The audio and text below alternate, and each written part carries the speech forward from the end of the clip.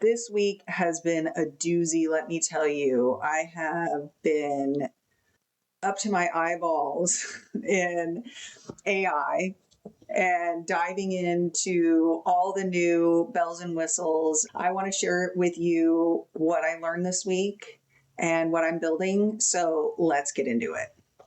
I have been all over the damn place, running around this office, installing this hardware and this agent and that agent, trying to troubleshoot what the hell's going on with OpenClaw, troubleshooting OpenClaw, learning about Hermes and using Hermes agent for the first time, building a CRM, content engine, and other automations that I'm going to be working on in the future. And now we wait, and now we wait, and now we wait. Because I built this, I didn't build it.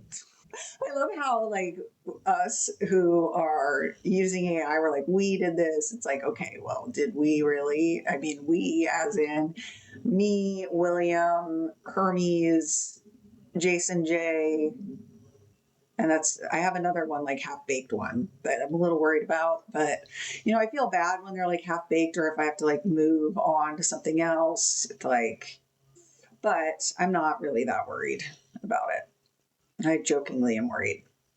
But anyway, I built, so I have this content system based off of the way I like presentations built. I've worked in Perplexity for the last year or so. And I was working in Perplexity before Claude was a thing. And I just decided not to move over, and they added a lot of the Claude features, Anthropic features on Perplexity. And I wanted to be able to try multiple models without having to, have multiple subscriptions. And in Perplexity, they have these things called spaces. And so it can build context around whatever topic you want to discuss. And I built 3 spaces for my presentations. The first space is for outline generation, where I use the agent there to talk about what topic I want to do a presentation on. We develop a 15-slide outline. That outline goes over to presentation space 2 that has a template for how I like presentations to look, and it builds it out. And then my third space has where it spits out the description and the tags and suggested titles and all that fun stuff. So I took that information that I had been working with and on from Perplexity Space. You can even ask Perplexity Space, make me a summary of this space. You do have to go through and you have to like click on it and say share with space or make private each thread in the space. So anyway, and someone was asking me how I came up with my presentations, and I think it's a Claude thing because it's not currently open. Yes, it's currently open, but it's not. This happens sometimes, but I've got 1, 2, 3, 4, 5, 6, 7, 8, 9, 10, 11, 12 different presentations here that I can cherry pick which slides I like. So sometimes I just do kind of a shotgun approach because when I approach a topic, there are multiple angles to look at that topic. So I may come up with 10 different angles to hit on a topic and generate all of those presentations. And that way, when I get to my PC and my Claw emails me those presentations, I can click through them and kind of cherry pick which parts I like or which parts I don't like. And that's what I'm doing right now. See if it works. Yeah, it's a PowerPoint. Yeah, it looks terrible. It's unusable. This is one of the frustrations with Claw Claw. We've had some frustrations this week as well. But this is one of the frustrations that I've had with OpenAI and Anthropic is they've had to dial back. So basically, there was like a week, couple weeks, 3 weeks, maybe a month, where I had all the features with Anthropic, and it was absolutely amazing. It was basically you could type 5 words in there and it knew exactly what you wanted, and it'd build like a whole website or an app or just in moments. And that was the moment I went, oh my God, this is what's possible. And I think that's what this mythos is going to be like. But they've now dialed back the usage on the subscription plan with Anthropic. And they did that because of the hyper increase in AI activity when OpenClaw came out. And they were going bankrupt basically with all these claws on their using up all their data and just using a $20 plan. Well, that wasn't a great business model. So now they've worked in all these features to kick out OpenClaw users or make it just so miserable to use Anthropic subscription with OpenClaw that it's basically unusable. And unless you're doing the API keys. And the APIs have just gotten so expensive. They're basically doubling. Every time I look over my shoulder, look at things, it just doubles. And so one of my I felt really out of control with going from getting basically anything I wanted for a couple of weeks through a subscription that was costing me like a couple $100 a month to now it's not producing at all at the same speeds or at the same quality. And I have to abuse the thing and really hold its hand to make it perform for me. All of these frustrations have led me to the place where I don't want it to be taken away because I am more lit up than I have been since I was in my 20s, probably about my career and about what's possible with work. And I'm just really fired up about all the possibilities. It's just it's an exciting time. I see a lot of things happening in the future that are positive, could be positive outcomes for humanity if we all work towards it. And I don't like being dependent on these huge companies. I don't like having Anthropic and OpenAI having all of my information. I mean, I know the NSA and everything already has that, and it's already out there. A lot of it's already out there. But my point is now I'm giving you everything in my brain, and you are charging me for it. You're charging me to process my own thoughts and my own interests. And yes, it's useful, but now that I've become dependent on it, it went from $20 to $100 to $200 to a couple $1,000. If you want to use Opus 4.7 with Claw, you could easily spend that. I've been listening to people, and $2,000 is like it's like not unheard of. And then of course businesses are using $10,000 plus when they're using these API keys. So me being an obsessive person, I have done a bunch of research and I am trying out different models and also bought a Spark. So now I have and I don't even know how to say all this stuff because I'm like newly interested in it. ASICs. I know that there's like ASICs miners. I've heard about that with like Dogecoin and like mining, but it's a Spark, I believe, is what it's called. And you guys can all laugh at me, but that's what I'm here for. I'm here to show that, a blonde, middle-aged, white lady can figure this stuff out if you're interested. And I know people are probably going to underestimate me, and that's totally fine. I love it. I think it's great. So I've got this ASICs miner thing or Spark, whatever it's called. And I hooked it up to, because I have a gaming computer and I have my MacBook Mini. I mean, I built my own gaming computer years ago because at the time it made sense. So I had all this extra RAM that luckily I bought at the time because I saw this AI thing coming. So all of the computers that I bought when it was, time when things, it was like, oh, it's time to get a new computer. It's been a couple years. I like to have fast. Like the worst is when your computer sucks. So I've always invested in computers.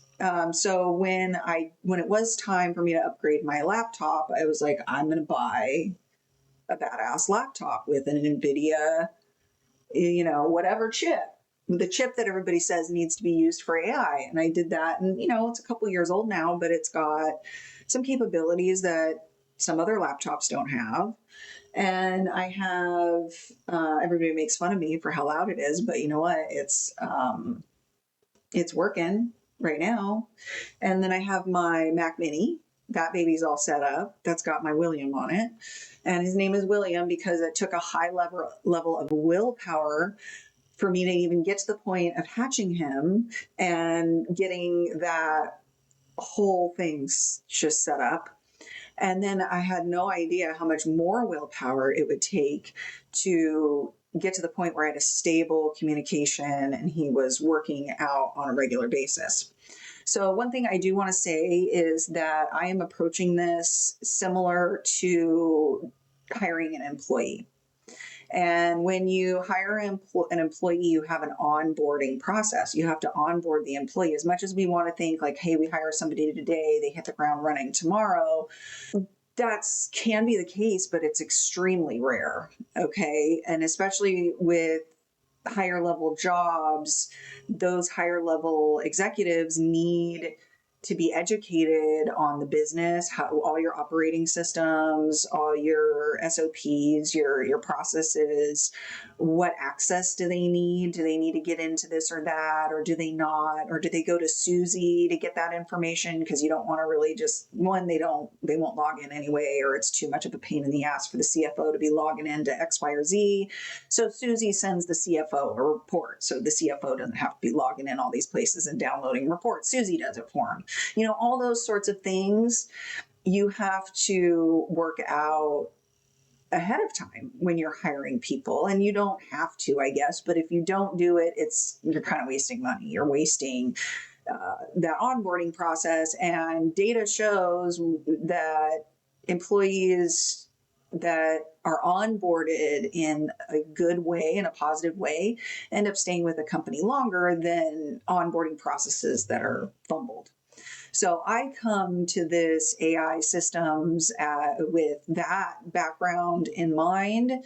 And so I have been investing in talking to my agents about how are we going to talk to each other and who's doing what, and the groundwork stuff, the structure of the system. And my other thought too was that if I can't communicate with these people, I was going to say people, but with these agents, what's the point? You end up in this terminal when you first start out. It's like clunky, and then they produce all this text and they have wonderful responses, but having to go back through and read it, and then if they have another response that comes through, then it defaults you back to the bottom of the screen where the new message is. So then you're having to scroll back up and find, okay, what was his question? What's his constraint? It'll just make your head hurt for no reason. So there are these things called command centers. Some people are calling them like a war room. Some people are calling them an operating system. There has to be a way to communicate with multiple agents and see all of the things they're doing, who's doing what it's costing you. That was the other thing that I have been trying to track, is to see which agents are costing what amount, and so on and so forth. So where we are AI is the next operating system, a short history of where I am in this and what I've really been thinking about this week. This is like an awkward layout. Jeez. Why are you so weird? Why are you doing this to me? Is it this one? Yeah, I don't like that. Download. So I'm going to download that. Show folder. I'm going to open with comment. Oh, that's much better. Okay, where we are. Basically, AI is the next operating system. It's the next layer. And a short history, an operating system is the thing that runs first. So that was the project that I really was hoping to get done first. I'm not done. I don't even really know if it ever gets done. My plan is to make it to a place where I have an operating system that I'm comfortable with and don't feel the need to constantly tweak, which I have to get over that. I have to get to, because I'm one of those people, I'll just keep tweaking it. But I also like that about myself, and I like it, sometimes it pays off. Sometimes you're like, man, I'm so glad I was finicky about this, because now it's just so much better than X, Y, or Z version. But I'll probably have to build some rules and constraints around these projects and say, okay, once it gets to this phase, you have to drop it. Just leave it how it is and move on to the next thing. Because I'll just get stuck in phase one trying to make everything perfect. So an operating system is the thing that runs first. The operating system starts when you turn the computer on. It has special privileges. It hides the messy hardware from every app on top. Everything else runs because the OS lets it. So one program, one human at a time. So I was watching this YouTube video, and I think she did a really great job. I will show it to you. We'll view it together. And we'll give her credit, of course. Okay, yeah, this is the chick. She was cool. Yeah, then I don't know if you guys can hear it or not. The other question I have. I was telling my brother, it's like, man, would I have loved to be an IT guy right now? Because I'm having to learn all this stuff. Process worked okay back when computers Okay, I really liked her visuals in this, and like how she explained the history. Hi, I'm Carrie Ann and welcome to Crash Course Computer Science. Computers in the 40s and early 50s ran one program at a time. A programmer would write one at their desk, for example, on punch cards. Then they'd carry it to a room containing a room-sized computer and hand it to a dedicated computer operator. That person would then feed the program into the computer when it was next available. The computer would run it, spit out some output and halt. This very manual process worked okay back. And like, this is how I think of, like, that's what we've been doing with coding. I think 10 years from now, our kids are going to look back and be like, oh my God, I can't believe you guys were in there, like writing the code and like manually doing it and putting it in there. Like, I think we're going to look at that the same as me looking at them printing paper and loading it into a machine. When computers were slow, and running a program often took hours, days, or even weeks. But as we discussed last episode, computers became faster and faster and faster, exponentially so. Pretty soon, having humans run around inserting programs into readers was taking longer than running the actual programs themselves. We needed a way for computers to operate themselves, and so operating systems were born. I think that's great. She did a great job. This lady, where is she? Crash Course. She's got 17 million subscribers, or she was a speaker on Crash Course. So this is the page that we just watched the video on the history of that intro, their intro on the history of operating systems. You were the people were the operating system. Atlas and the trick that changed everything. Atlas Computer juggled 4 paper tape readers, 4 punchers, and up to 8 magnetic tape drivers simultaneously. If one program was waiting on a slow printer, Atlas paused it, ran a different one, and then came back. This was multitasking, which was born in 1962. And so this matters now because we even use it today. So our apps aren't fighting over RAM because the operating system won't let them. And then we got 1995, multitasking arrives for consumers, same concept as 60s. And then in the 2000s, we have modern operating systems like Mac OS, Linux, modern Windows, virtual memory, protection, stability, and so on. So you're already using an operating system. You know, what makes this AI layer new is it remembers you, it reasons, it coordinates, and takes actions on your behalf now with these Claw and Hermes agents. And agents need rails. And if AI agents are going to transact, book a flight, settle contracts, pay another agent, they need rails that work at machine speed. Banks don't, obviously. So that's where crypto comes in, because you don't want to give your banking information to Hermes or to OpenClaw. You want to give it a crypto wallet. So for instance, a lot of people right now are trading with OpenClaw, and like, for instance, you would give the Claw a wallet and you send crypto to that wallet, and they take that and can trade with it, or you test it. You know, send them $100, send it $50. You need to run all these scripts and try all these different things. Okay. So that's why AI and crypto are like peanut butter and jelly. They just go together, and you bet your bottom dollar that Wall Street is wanting to get in on this as quickly as possible. What sovereign AI cloud actually means. So on Internet Computer, they did a demo, and I will show that to you now. It should be their latest video, Cloud Engines Explained.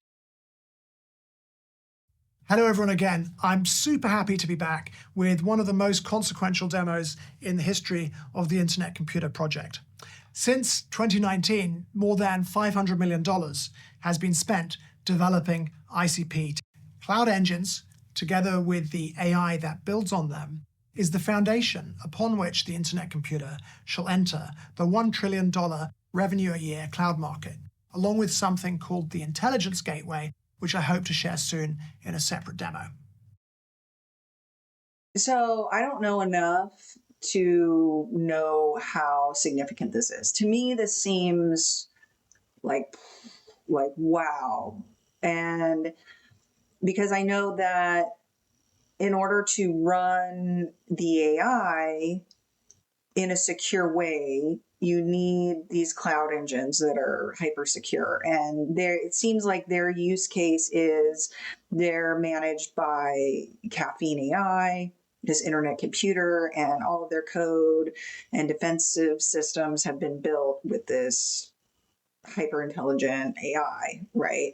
And so therefore their cloud is more secure than other clouds. One, I don't know how true that is.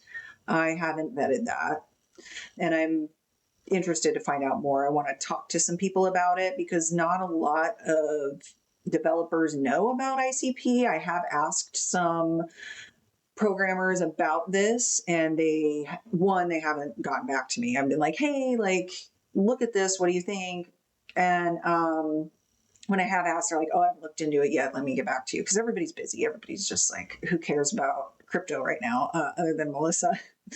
But if you have all these nodes and it's secure enough for enterprise, to pass through, I don't know, like banking or fiduciary duty, government, FDIC approved security that these banks or huge hedge funds have to do, and they want to trade crypto or trade whatever, they need a super fast system. And the problem with doing it locally is it's local. So if you have a fire, if something happens to that one site, you're screwed. Your whole trading, everything, all your money's stopped. You can't be having that. So you have all these nodes all over the place. and they're hosted in multiple different areas. So that way your network is always up and it's secure. It's a closed cloud. It's not just out on the internet for people to hack into your cloud server that has all of your financial billions of dollars potentially on there being managed. So I think one piece that I've noticed as I've gone in through the internet on this kind of retail side of things is a lot of these kids are not building with security in mind at all. They're just going on cloud services and building out all this stuff and putting, things on there. And that's fine, if you're risking $100 or $1,000. But when we start talking about enterprise, millions of dollars a year, billions of dollars, everything needs to be buttoned up super tight and built for enterprise and built for lots of data, lots of systems, be able to run 24/7. And to me, it seems like that's the market that ICP is chasing and that they are ahead of the game in this one arena. It seems pretty cool that you can build all this. They do have apps so the other thing that was really cool is they have pre-built apps, like you just go in there and you can download like a Slack kind of a thing and you don't have to pay Slack anymore.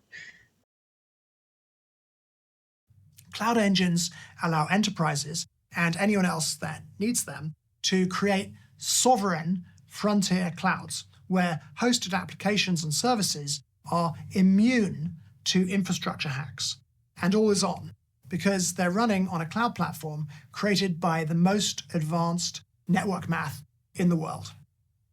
So let's open the development wizard that allows you to create new cloud engines. So you create a cloud engine by combining different nodes. The nodes all have to have the same node class. It's a bit like with the Internet Computers Gen 1 and Gen 2 nodes. So let's start off by selecting a node class. You can see there's a bunch, standard, performance, high performance, and so on. Let's just work with standard nodes, all right? And select a bunch.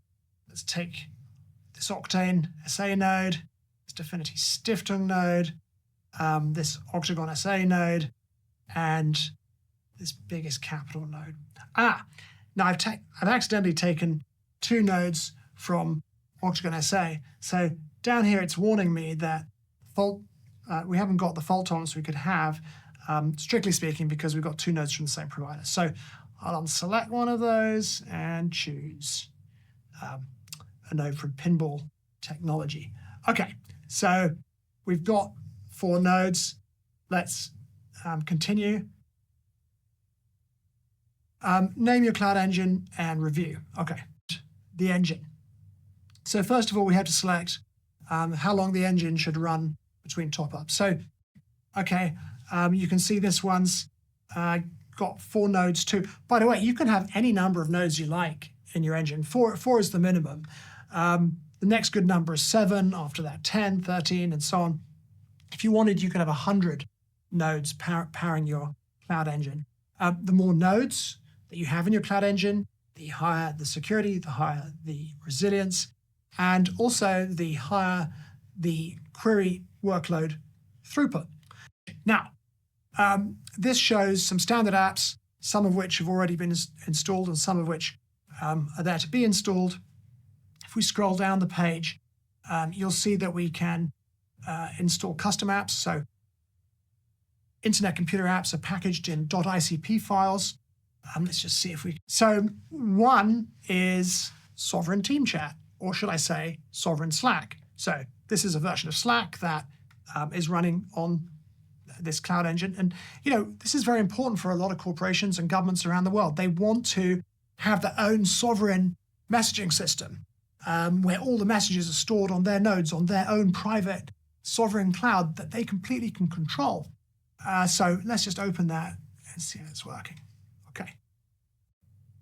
Let's just check these things still work if we disrupt our cloud engine. So let's go back to the overview. So let's go back and do something else. Why don't we talk to the AI node within the cloud engine and ask it about the node that's gone down? Okay, here we go. AI without humans writing a single line of code. If you go down to the bottom of this page, you'll see that you can integrate Claude Code, Codex, Cursor, Gemini, Perplexity. With these skills, you can deploy directly from these platforms to your engine. You can also connect your engine with Caffeine. So whenever you make a change, this will, in your app, this will materialize instantly running on your engine. And this really, I think, is the future of cloud. Like in the future, we're not, humans aren't going to be building online functionality. It's nearly all going to be created by AI on our direction. And we're going to have to become much better product managers. That'll be much more important than writing code. So that's something I've been keeping an eye on. I haven't used it personally, but it was something that I did look into this week. So I have been building in AI for the last 2 months with OpenClaw, and now I've added Hermes as an agent. And one thing that is important to think about with these things is security. So the way I approach this is I did interview and talk to quite a few IT people that know more than me and how to do this in a safe manner. So I decided that for me, the best approach was to buy its own computer. And that's when I purchased my Mac Mini and put OpenClaw on there as an experiment to see what its capabilities are. Because I decided to go down this path of learning more about AI and as much as I can about it, because at first I was scared when Elon Musk really first started talking about AI and AI is here. And before we all had ChatGPT and he was in working with OpenAI and this and that, I was very suspicious and skeptical. And now I believe that this is just the next evolution in computing and computers. And it's a huge leap, and it's going to completely revolutionize everything we do and how we work. And as an administrator, I feel an obligation to do the best I can to understand where things are going. And plus, it's exciting. This is the most excited I've been in years, since my 20s. So my point is, I'm walking you through where I am security wise and what I'm building and why I'm building it this way. Because out here, I am seeing a lot of kids building with it, a lot of people younger than me building with it, and they're doing a great job. I've learned so much from watching everybody else. Most of the content is based around content. So the content is like content generation engines and some people running marketing agencies, things like that, and not dealing with private information, banking information. The areas that breach this are those guys that are out there trading with Claws and Hermes. And I have been researching that more as of late, but I'm not actively, I haven't had it exchange any money. I haven't given it any of my personal information or anybody else's for that matter. And that's why it has its own computer.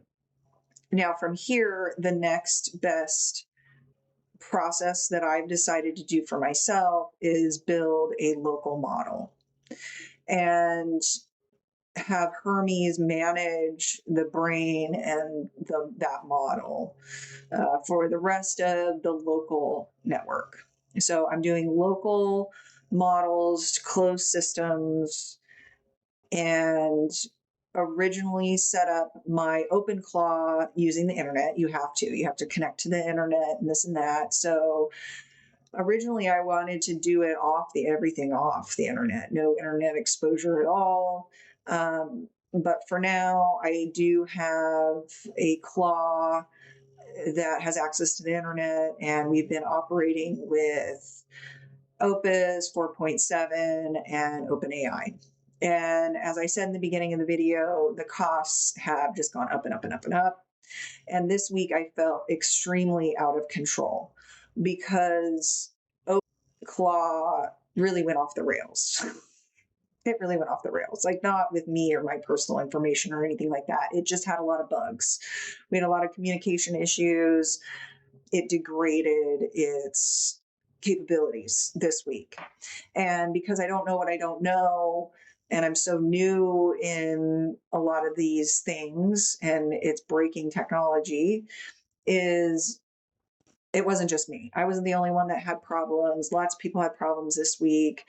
And many people who already had Hermes were very grateful that they did, that they had that backup operating system, if you will, that backup agent. And I was already on the path of figuring out where to put Hermes and what to do with Hermes. And I wanted a Hermes. I was already on that path when all this was going down. And that was one thing that I did get done this week. I don't have my local model yet up and running and built. And I needed a bridge between dialing back on Opus 4.7 and ChatGPT 5.5 because it got to the point where every single time I communicated with my Claw, it was costing me like $5. Like every single anything that I would have OpenClaw do was like $5, $5, $5. I'm just watching all these notifications and I'm like, I don't mind investing, a couple $100 here and there to build some extra code to build out this software that I'm trying to build out. I understand there'll be upfront costs, but $5 for every interaction is a little bit ridiculous, especially as you iterate. The first time they come back with a version, it's not exactly what you ask for. It's not exactly right. You have to iterate. That's another $5. It's just like, all right, I got to back up and figure out some other ways of doing this because this is ridiculous. And from the onset, one of the reasons why I'm so passionate about this is because I want to be as independent as possible. I don't want to have to rely on OpenAI and Opus to run my business and use these tools. So what I got wrong and what's clicking. So I thought I needed bigger models, and I do. I disagree with Claw here. He put this together for me based off of my notes, and the goal was automation. It wasn't. The goal was delegation. So what's clicking is agents with memory, a small set of tools, daily cadence, outperform any single chatbot subscription. Yeah. So I'll let you know right out of the gate, I'm not going back. I'm not going back. I mean, this is the way. OpenClaw, Hermes, and having the ability to toggle between models and not be beholden to a huge company or any company for that matter. It's all 100% better than any subscription.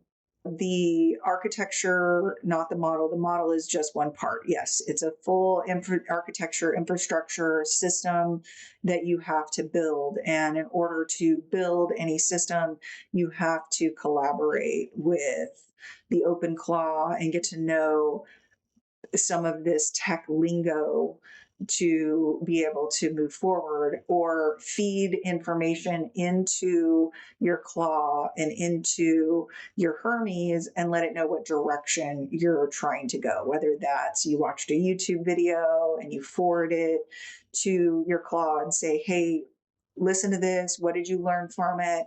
What tools can you build from it? And yeah, give me some takeaways from this and how you're going to implement it. And it will do that for you. You can also go to all these different repos, like Git repo, and see what other people are doing, what other tools they have. So this is more about trading and cloud engines. Agents need crypto rails, not the other way around. Blockchain spent a decade looking for a use case while humans had perfectly fine alternatives. Agents don't have alternatives. They literally cannot open a Chase account. So blockchain hasn't found a real use case because humans aren't using the technology. 3 to 5 trillion estimate, that's McKinsey's estimate for agent commerce by 2030. $100 million payments processed by Coinbase by the end of 2025. AI agent volume on Solana is 31 billion. And I've been following a couple of people trading with these things. They're using Hyperliquid and trading commodities. Hyperliquid's another one that is actually being used by agents. 4 nodes in 100 seconds. Nodes in an ICP cloud engine, scaling with trust needs. Okay. So again, I'm going to be researching that one more. All right. Well, with that, I am going to wrap this one up. Please like, subscribe, write a comment, even if it's just a smiley face. That would be nice. I like smiley faces. That's why I put it in my name. I want to keep it positive out here. And hopefully you found it useful. Let me know in the comments. Share it, like it, hype it. Share it with your mom, your dad, your kids, your wife. And we'll see you next time. Bye-bye.